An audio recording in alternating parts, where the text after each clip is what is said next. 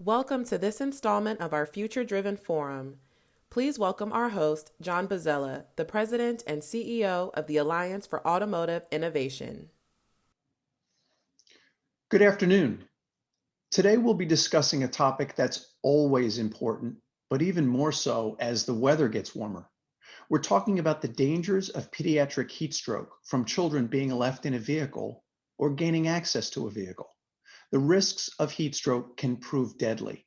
That's why consumers and automakers are working together to help ensure that no child is left unattended in a motor vehicle. Sadly, from 1998 through 2020, almost 900 children died of pediatric heat stroke in vehicles. That includes 53 in 2019. Thankfully, last year, the number of heat stroke deaths declined to 24. That's in part because of the significant reduction in travel caused by COVID.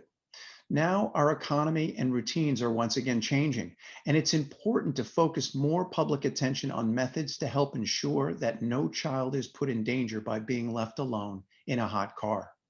More than half of all vehicle heat stroke fatalities are attributable to parents or caregivers forgetting that a child was in the car. Another quarter of the fatalities happen when children enter an unlocked or unattended vehicle. Today, we'll talk about the steps being taken to help prevent these tragedies. A broad community of safety interests, including NHTSA, safety advocates, vehicle and child restraint manufacturers, and technology developers are working to address the issue in a couple of different ways. We'll look at this from a behavioral standpoint, providing information to educate consumers and build awareness. And we'll explore technology, which includes what the industry is doing with respect to new vehicle and child restraint systems, as well as potential technologies for vehicles on the road today. Pediatric heat stroke in vehicles is preventable. We all have a role to play. I'm honored to be joined by a wonderful panel today. Brian Latouf is Hyundai Motor North America's Chief Safety Officer. He is responsible for all safety regulation matters, including the strategic legal direction and oversight of all safety investigations and recalls in the US, Canada, and Mexico. This follows 27 years at General Motors, where he transformed the company's safety office while serving as executive director for its global safety field operation. Bill Stewart is the Senior Director for Vehicle Automation and Chassis at Infineon. His work there has included overseeing both the marketing and engineering of advanced driver assistance systems, as well as radar, LiDAR, V2X, and other technologies. These are areas that he has been working in for several major suppliers since going to work in the auto industry after college. Amy Artuso is the Senior Program Manager, Mobility Safety at the National Safety Council.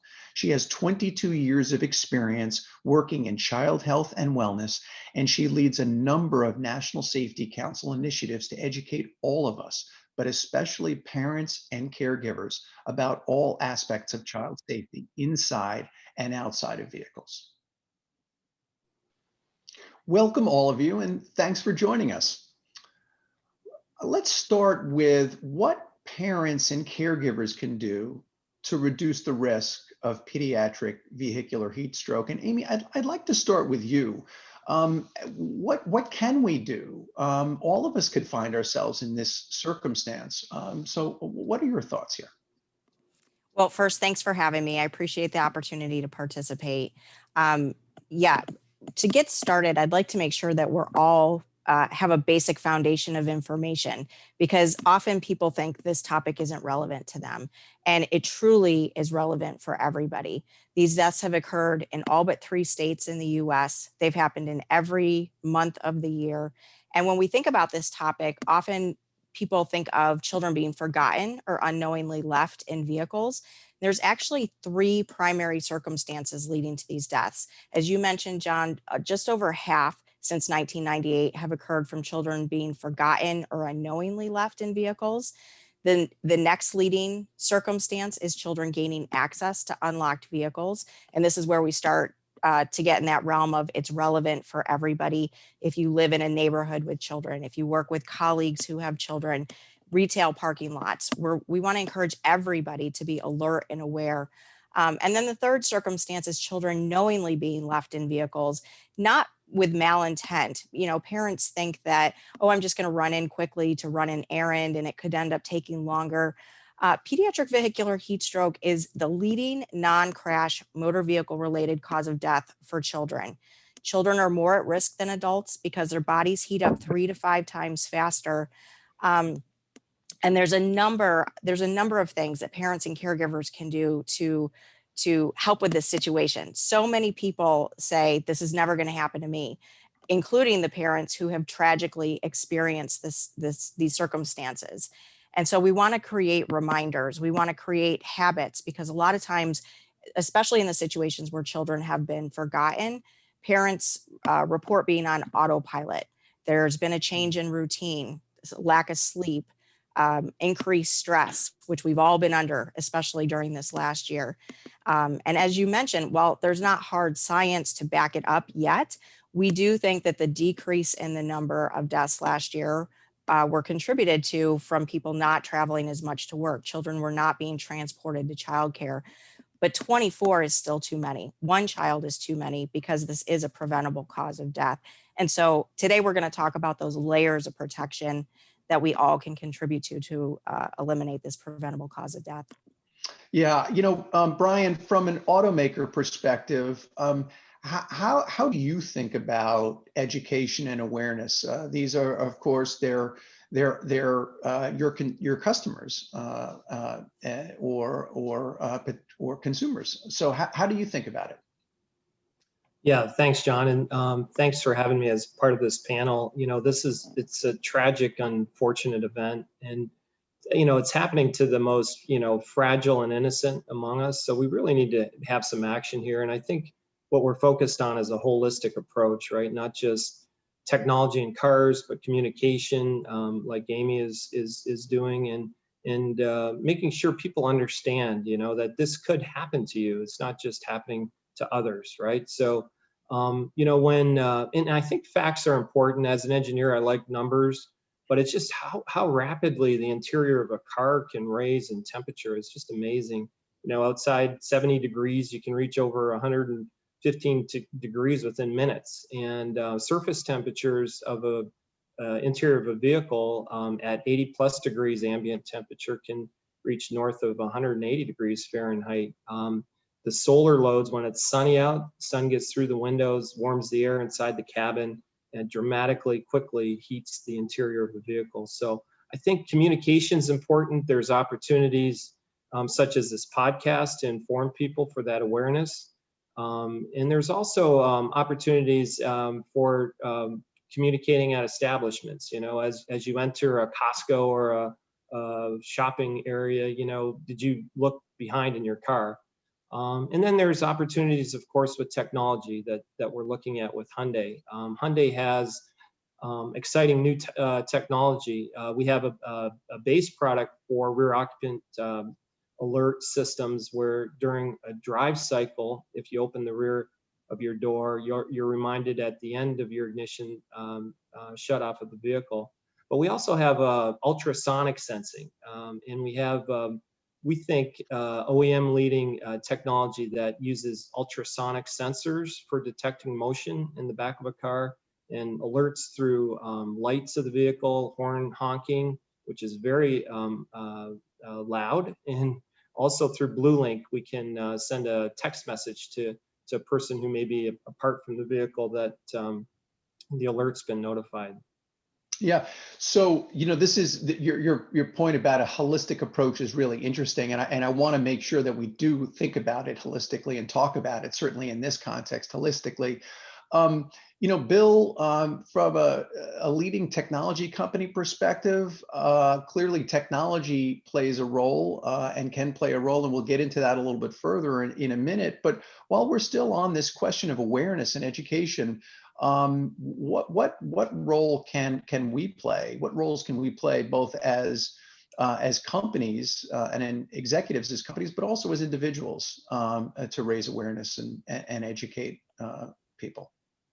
Yeah, thanks, John, for having me as well. I think I think back to when my kids were younger and in car seats and were more vulnerable. Now they feel free to talk back, so we don't have that problem anymore. Um, but a couple of things we did at that point was I would always put my backpack or laptop bag in the rear seat. So if I went to the office, I had to physically go into the rear seat to get it out, right? And it made it awareness that I had to look, right? I had to see the car seat.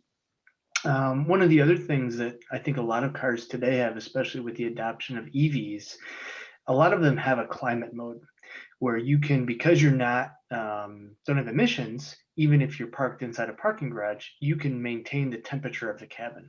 And there's settings like that that are only available on limited cars today, but can also be used in a maybe alternative feature where it's not just a comfort that when you come out to the car it's not too hot, but you're also protecting the occupants. Yeah. So Amy, while we're still talking about education and awareness, Bill mentioned an idea or a tip. Are there other ideas or tips or ways to think about this that can encourage as you say, busy, stressed, harried parent, and I've been that person myself, to help build that awareness? Yes, and I'm really glad Bill brought up the idea of putting the backpack in the back seat. And a lot of times we'll hear back from people, oh, you're saying that item is more important than your child. No, to exactly what Bill said, it's another layer of protection. It's another reminder to trigger you, to require you to go in the back seat, especially because a lot of us are operating on autopilot. So we would encourage you to secure any items that you put in the back seat. There's those unintended consequences. We don't want to add projectiles in the event of a crash. With apps, we don't want to be increasing driver distraction, but you can, once you're parked, set an alarm, create a buddy system so that you have a plan to talk to another caregiver at the time right after you would have been dropping a child off at childcare. And again, it's not to say you don't trust the caregiver that is doing the dropping off, but a lot of times these circumstances are happening when there's been a change in routine, and it's just an added safety measure. You can also put a stuffed animal in the car seat, and whenever the child's in the car seat, you put the stuffed animal in the front seat. And so it's another visual cue in the front seat to remind you to check the back seat. So there's a lot of things like that that you can do. Interesting. I want to now come back to the idea of technology. So again, this holistic approach, education, awareness, focusing ourselves and our family and friends on behavior. But yes, let's talk about technology as well. So Brian, you mentioned Hyundai and other car companies. Your competitors also are implementing child occupant detection technologies. Tell us a little bit more about that, and how is Hyundai approaching this this really challenging, tragic problem from a technology perspective? Yeah, it's a good question. And thanks, John, for your leadership and help with Auto Innovators and getting an agreement to move forward in this across the OEMs. I think the opportunity is a couple-fold. One is how do you get those reminders? Similar to the backpack, you have to look into the back seat. If that rear door was opened during your drive cycle, it's a reminder chime and also notification on the driver information center that that rear door was open. An aggressive alert upon ignition off, I think, is helpful. But in our SUVs with family vehicles, the Palisade, the Santa Fe, our new 2022 Tucson has as well as standard equipment, the ultrasonic rear occupant alert system. So this ultrasonic system is looking for motion. So it's looking for, the motion of a person or anything in the back seat, and it will trigger the alarm. A lot of engineering went into this. You have to account for false positives and false negatives. But we think with time and engineering and evolution, we can get this system more available across many more of our products. And we'd welcome other OEMs to do the same. And I think the education of what this technology means, as well as introducing it, is is helpful for that holistic approach that we talked about. Yeah. So with this ultrasonic technology, so an alarm signals when movement is detected. So what does that sound like, by the way? Like for those of us who have not had the opportunity to have a ride in the Palisade, for example, what is that? What does it sound like? Yeah, it's actually I've tried it, right? So it's happened to me, and your vehicle's parked. It's stationary for a period of time. Time doesn't matter. If there is a motion within the vehicle, we trigger our HMI, the interfaces to the driver, which include the horn starts to honk very loudly. The lights go off, and then we send through BlueLink, our telematics system, notification that the panic alarm has been triggered. Right, so you can get an email, you can get a text message, or directly from the app notified. So in case you're in a store when it happens, you have that notification. Mm-hmm. And so anybody could hear this outside the car. Anybody who's Yes. sort of, within earshot, so to speak, of the car would recognize something's going on at that car. It would certainly draw attention to it, it sounds like to me. Yeah, that's an excellent point, because I think this isn't just about the driver, it's about everyone, right? And we call it good Samaritans. It's acceptable behavior for everyone. If you see a child in a car, in a parking lot, do not leave that car, alert help. Try to get, open the door, open the window, get somebody to help you as soon as possible. I mean, there's Good Samaritan laws across many of the states. There's opportunities to improve that through state regulatory efforts, I think, by perhaps Auto Innovate can help us, or the National Safety Council. But let's partner with everyone. Keep an eye out on those sunny days, or as Amy says, it doesn't matter if it's hot out; it could still happen. Let's be alerted for that to happen, and especially if a car is honking. Look at it, see what's inside. Maybe you can be the person to save that child's life. Yeah, I want to come to Bill in a second about technology leadership and ideas Infineon's working on. But Amy, while we're on this idea of Good Samaritans, how important could that be? I think it's very important. I do think this is a real barrier in this focus area. People are afraid of the liability if they were to break someone else's window and take action. But that is exactly what advocates are encouraging people to do. As long as they're acting in good faith, they do have that protection from Good Samaritan laws, as Brian was mentioning.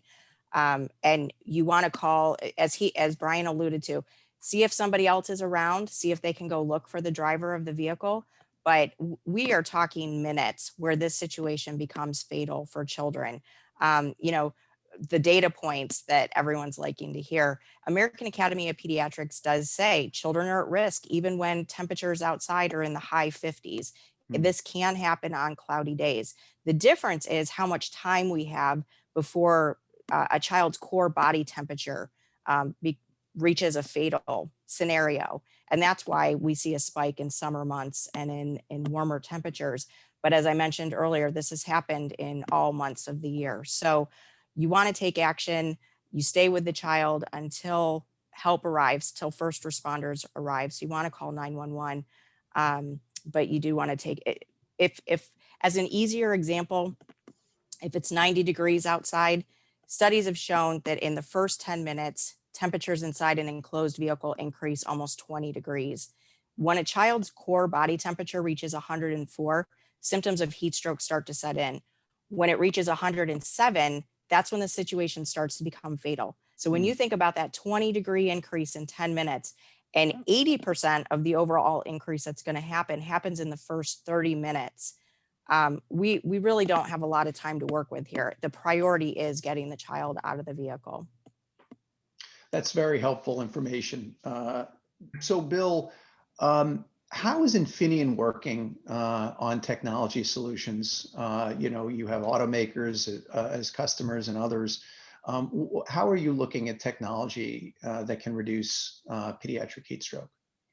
So we're working with a variety of partners and customers with all of our sensing technologies. We have time-of-flight cameras, we have 60 gigahertz radar, we have microphones.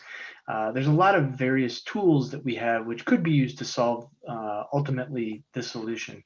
And I think a little bit of time needs to play out to see what the market really adopts. A lot of the camera-based technologies are good at detecting motion. Obviously, microphones could detect a crying baby and set off an alarm that way.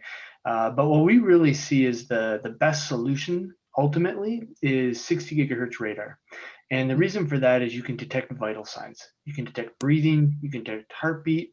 In a situation where you might cover the baby in a blanket, in a car seat, you're still going to be difficult to detect motion in that case. So when we look at the most comprehensive solution to detect all use cases, it really appears 60 gigahertz radar is the best option. Interesting. So what I'm hearing is, as you and Brian are talking about technology, a number of different technologies and strategies using technologies could be brought to bear on this, right? How do we think about that? Is there one way to go, or what you're saying that there's an opportunity for us to encourage collectively a number of different solutions that can be brought to bear, and then we see how it plays out? How do we think about the evolution of these technologies? Mm-hmm. Yeah, I think it's one of those where we're going to see different OEMs adapt different technologies. Different technologies are at different cost points. We ultimately have to see which their vehicles can withstand and which consumers will pay for. Right? Ultimately, consumers have to want this technology. And I could definitely see a situation like Brian mentioned that they're implementing where your family vehicles have a more comprehensive detection technology than a luxury vehicle that's maybe targeted at an older generation, older demographic. So I think we have to see where that plays out. I don't think there's a single silver bullet for this at this point, but ultimately time will tell. So. But Brian, you mentioned that manufacturers aren't waiting, right? So what you're seeing is commitments being made by companies to get technology into the cars as right now and going forward. And so what we're seeing, a number of these technologies coming into the marketplace. In other words, warnings and motion detection and other sensors. That's the sort of the panoply of technologies Bill's talking about. Yeah, John, I certainly hope so. And I think auto innovators could play a role in helping us with voluntary agreements, and certainly working with NHTSA on a regulatory path, I think would be helpful. But at Hyundai, I mean, this is important to us. We are not only introducing ultrasonic, but we're looking at the radar systems, and we're looking at how do we integrate that more effectively? Is it more sensitive, but also more accurate? I think precision and accuracy is important too. So you don't want false alarms. That can be very difficult. So if that technology provides greater accuracy and precision, I think that's an opportunity for us. So we're committed to it at Hyundai. We're looking at the appropriate rollout in time, as well as across the fleet. And I think working with NHTSA, perhaps through Auto Innovate, we can support additional legislation in the future that can relook at this, and also direct NHTSA for a rulemaking path that works. Yeah. So Amy, Bill and Brian are referencing specific technologies. Brian mentioned a commitment made by companies across the industry to have technologies in vehicles, virtually every vehicle, by model year 2025, I think, Brian, if I remember correctly. And so that gives, it sounds to me, based on my sense of things, that what we're seeing is, the floor of technology established and the opportunity to innovate beyond that. In your opinion, is that a good thing? And are we headed in the right direction here from a technology perspective? So I do think we're headed in the right direction. There are some things that concern me where I want to encourage whoever is doing the data analysis to not just focus on what families want, because I think a real public health barrier is that people do not think this topic is relevant to them. And because of the primary circumstances that I was describing earlier and the vehicle heating dynamics that Brian described, it's critical that this technology be added to vehicles. But I also think it's really important that it becomes standard features while keeping vehicles economical. I think it's until people believe that this can affect them and their families, it's a want, it's a luxury add-on versus a need. And so I do think that is a critical part that needs to be included in this discussion. I think the technology is needed, it's necessary, but it also should be standard while trying to keep vehicles economical, because we already know another challenge is how long it'll take for this technology to be integrated throughout the entire fleet. I mean, I've heard numbers upwards of 30 years. And so that's why the technology is a layer of protection. We have to keep doing what we're doing. NHTSA has also formed a collaborative work group so that all the safety advocates are disseminating information in a unified manner. But I think this aspect, this barrier, or this challenge of families thinking this is not going to happen to them, one, because they don't understand the three primary circumstances, and two, people generally do not understand vehicle heating dynamics. It's really important that detection systems and aggressive alert systems in combination become standard features. Yeah, I want to get into a little bit more into barriers in a second. I think, you know, what we're talking about here, there are a couple of important themes that I think are critical. I mean, one is let's move now, not only from an education and awareness perspective, but from a technology perspective. And so the fact that companies are installing technologies now and establishing a track record with regard to multiple technologies, in other words, bringing innovation to bear on this challenge, sounds important from my perspective, at least. And it also, I think, can, as you point out, provide data and perspective to policymakers to continue to evaluate what works going forward. Let's get into this barriers question. What are other barriers that we ought to be aware of, not only as a safety community, but maybe as consumers and as caregivers and parents as well, about barriers to successfully addressing this challenge?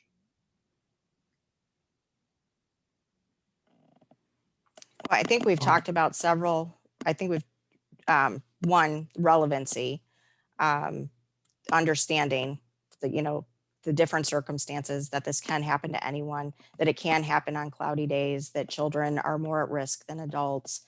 And I think it's critical that people understand the difference between detection and alert systems. One of the unintended consequences, we don't want this false sense of security. Oh, my car is going to let me know if I forget my child. We want the exact opposite effect, to increase or emphasize for everybody to remain alert and take action if they see a child in a vehicle. Do we have a concern about warnings?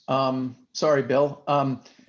My car makes a lot of noise. I've got a new car, and there's lots of bells and whistles, literally. Things ring and seats buzz and things go on.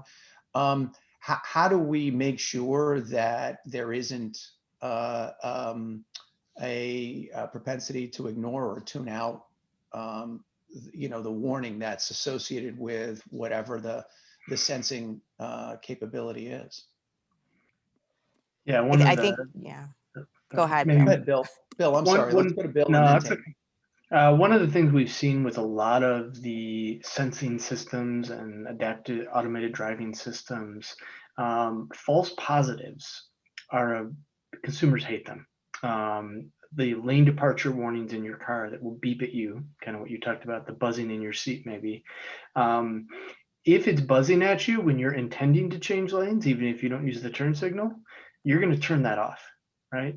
And a similar situation here, where if you don't have a child in the backseat or you didn't forget, but you start to get warnings and alerts that it did, consumers are not going to trust the technology, and they're ultimately just going to ignore these warnings.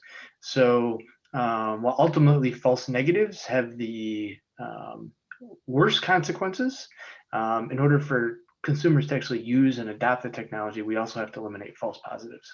So. Brian, did you want to jump in there before I go back to Amy?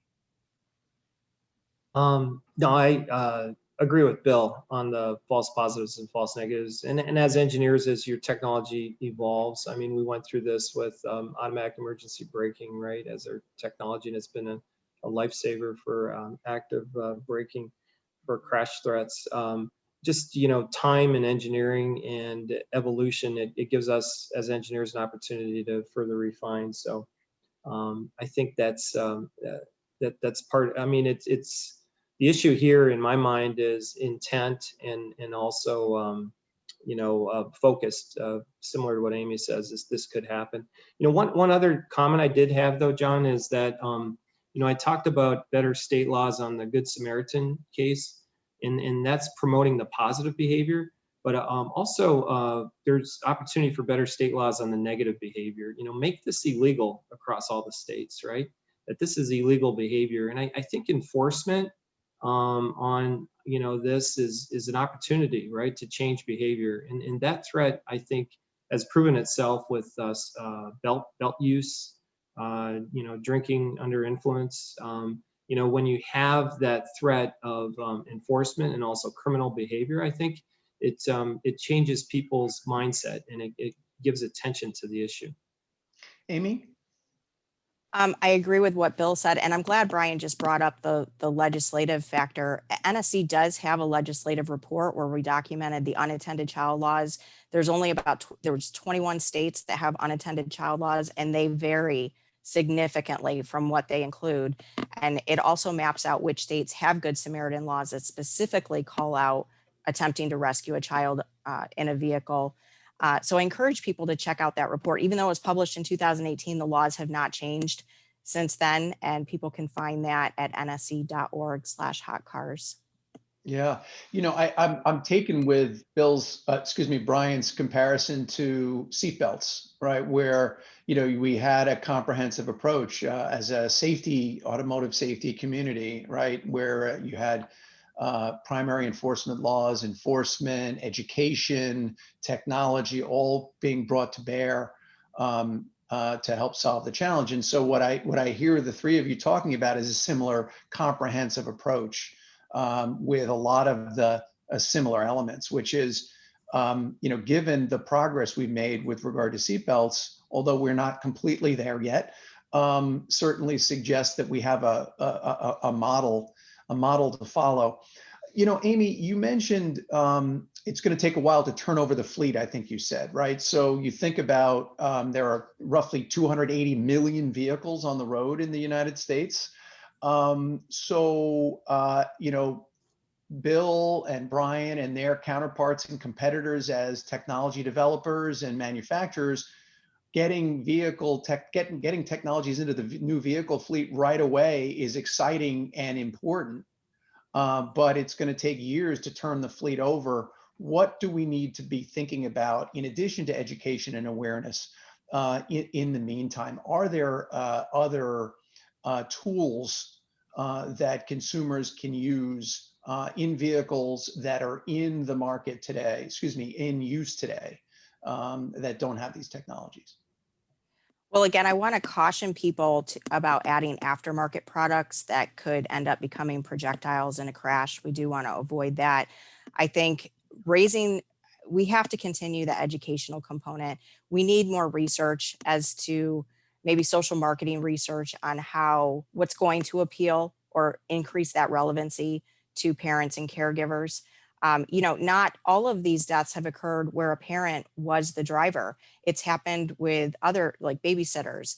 And so I think elevating the importance of parents educating anyone who's going to be transporting their child about these risks, improving better understanding. NHTSA, like I mentioned, NHTSA has a work group to bring together safety advocates. NSC is also, with support of NHTSA, starting an academic stakeholders group so that we can increase evidence-based efforts to explore new ways to address this topic. I do want to encourage everybody, everything that I've talked about today from the behavioral side. NSC has a free online training that people can access at nsc.org/hotcars. It's available in English and Spanish. It takes about 10 to 15 minutes to complete. There is a certificate of completion at the end. So I encourage employers to create challenges or incentives with their entire workforce to elevate this. Going back to data points, almost a quarter of all of the children, not just the forgotten, but all of the children who have died, a quarter of that total number have occurred at the caregiver's place of work. And so we really need to engage employers more. We've already talked about, you may see signs as you're walking into a retail establishment reminding people to check vehicles. We just have to continue to elevate understanding and awareness for this topic, but we are making efforts to also create new evidence-based practices or explore that. Yeah. So I want to now go back to the future, so to speak. And Bill, you mentioned a few minutes ago various cutting-edge sensing technologies, and I think you referenced radar as a potential solution to be brought to bear. Federal Communication Commission, and you don't often think about the Federal Communication Commission when you think about automotive safety, but they took an action recently that could encourage the deployment of automotive safety sensing technologies. Tell us a little bit about that. Yeah, I mean, the FCC is actually, with a lot of the sensing technologies, even with radar technologies and even the V2X solutions that's been going back and forth, do play a big role, because ultimately they govern what frequencies you can transmit at. And you don't want to have conflicts. You don't want to have everyone broadcasting on the same frequency. Otherwise, sensors don't work, radios don't work, phones don't work. We have to be careful of that, and the FCC ultimately has to make those judgments. What we did was we petitioned the FCC along with 5 or 6 other companies, basically to get a waiver to operate 60 gigahertz within the cabin, right? So not external to the vehicle, but limiting the power output so that the signal would basically stay within the cabin of a vehicle. And the reason we did that is because that's currently a protected band. And in order to have our customers be able to use our chipset in their modules and ultimately the OEMs in their vehicles, they have to have waivers. If you can then say, hey, I'm using an Infineon chip, it's approved already, we have the waiver by the FCC, it should make the adoption of the technology easier for multiple customers or multiple companies, so that they're not each having to individually start from phase 1 and try to get these approvals. It is a time-consuming process, and ultimately it is something that you have to show a true benefit for. In this case, the FCC did say, hey, we see a benefit for having this technology inside the vehicle, and we think it makes sense.